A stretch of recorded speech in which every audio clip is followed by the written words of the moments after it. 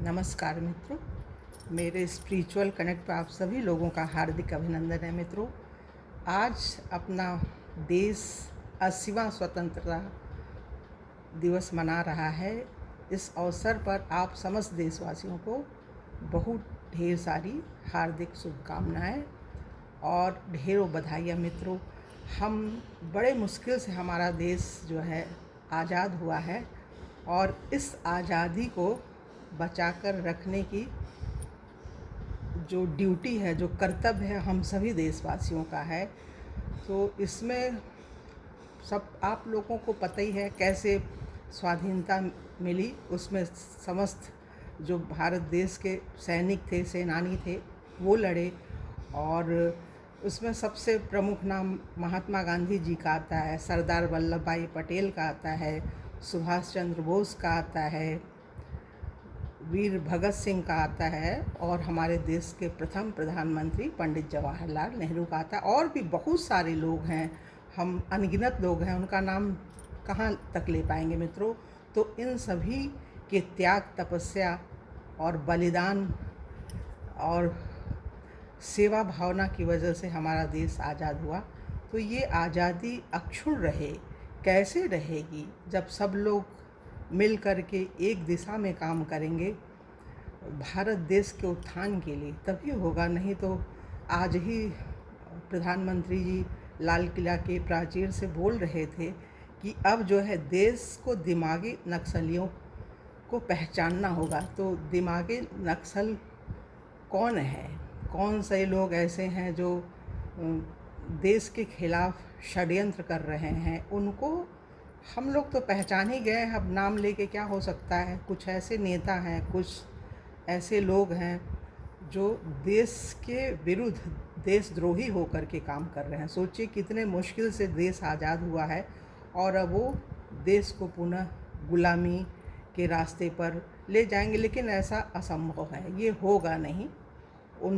वो कितना भी करेंगे गलत काम, भगवान है साथ में ना। जो अच्छे लोग हैं, मोदी जी जैसे लोग देशभक्त हैं, तो उनके साथ समस्त देशवासी हैं, वो जो साथ देंगे। कुछ नेता मिल करके अगर कुछ देश के खिलाफ बोलेंगे, कोई षड्यंत्र रचेंगे, तो भगवान किस लिए बने हैं? भगवान काम करेंगे। भगवान ने ही मोदी जी को चुना है। क्यों चुना है वो सुनिए मित्रों। इतने गरीब घर से, कमज़ोर घर से थे, 5-6 भाई बहन थे वो लोग, वो मोदी जी। लेकिन ये ही क्यों बने देश के नेता? कितना संघर्ष करके बने। इसलिए बने कि भगवान ने चुना है और उनका स्वार्थ कोई नहीं है। निस्वार्थ सेवा और विशुद्ध भाव से किया गया लघु कार्य भी जीव को परमात्मा बना देता है। तो वो समझिए, हम जैसे जो समर्थक हैं, जो उनको उनके अच्छे कार्य, सारे ही कार्य अच्छे हैं, एक भी कार्य देश के खिलाफ तो है नहीं। हमेशा देशभक्ति में लगे रहते हैं, मात्र 3-4 घंटे सोते हैं, अनवरत 20 घंटे काम ही करते रहते हैं। तो कोई ऐसा काम तो करते नहीं है। तो देश के सबसे प्रिय नेता है, भगवान ने चुना है। और अगले महीने 17 सितंबर को 76 साल के हो जाएंगे। लेकिन वो सबसे मजबूत जिंजी हैं, सबसे। उनको कोई भी, सब मिल के भी नहीं हरा सकते हैं। इसलिए नहीं हरा सकते हैं कि भगवान की शक्तियाँ उनके साथ हैं, समस्त देशवासियों की दुआएं उनके साथ हैं। तो वो रहेंगे, उनकी बहुत ज़रूरत है मित्रों। और एक चीज़ और है, उनके संबंध में ये कहना चाहते हैं कि पवित्र संकल्प ही मानव को महामानव बनाता है। उनका जो संकल्प है ना, कार्य करने की जो पद्धति है, वो देश प्रेम है।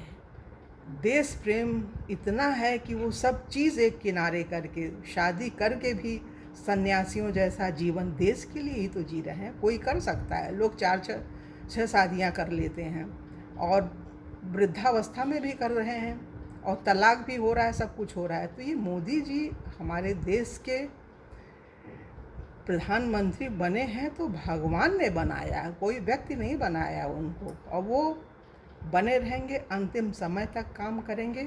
उनके समर्थन में एक चीज़ बोलना चाहते हैं मित्रों, इसे ध्यान से सुनिए। न हो साथ कोई अकेले बढ़ो तुम, न हो साथ कोई अकेले बढ़ो तुम, सफलता तुम्हारे चरण चूम लेगी। सदा जो जगाए बिना ही जगा है, अंधेरा उसे देख कर ही भगा है। वही बीज पनपा पनपना जिसे था, घुना क्या किसी के उगाए उगा है। अगर उग सको तो उगो सूर्य से तुम, प्रखरता तुम्हारे चरण चूम लेगी। सही राह को छोड़कर जो मुड़े हैं, वही देख कर दूसरों को कूढ़े हैं। ये राहुल गांधी, केजरीवाल जैसे नेताओं के लिए। बिना पंख तौले उड़े जो गगन में, न संबंध उनके गगन से जुड़े हैं। अगर उड़ सको तो परवेज बनो तुम, प्रखरता तुम्हारे चरण चूम लेगी। न जो बर्फ की आंधियों से लड़े हैं, कभी पग न उनके शिखर पर पड़े हैं। जिन्हें लक्ष्य से कम अधिक प्यार खुद से, वही जी चुरा कर विमुख हो खड़े हैं। अगर जी सको तो जियो जूझ कर तुम, अमरता तुम्हारे चरण चूम लेगी। अगर जी सको तो जियो जूझ कर तुम, अमरता तुम्हारे चरण चूम लेगी। तो मोदी जी तो अजर अमर हो ही गए हैं। वो भगवान ने उन्हें बना दिया है। इनकी जो कार्यशैली है, विचारधारा है और जो सोच है, सर्वजन हिताय सर्वजन सुखाय है।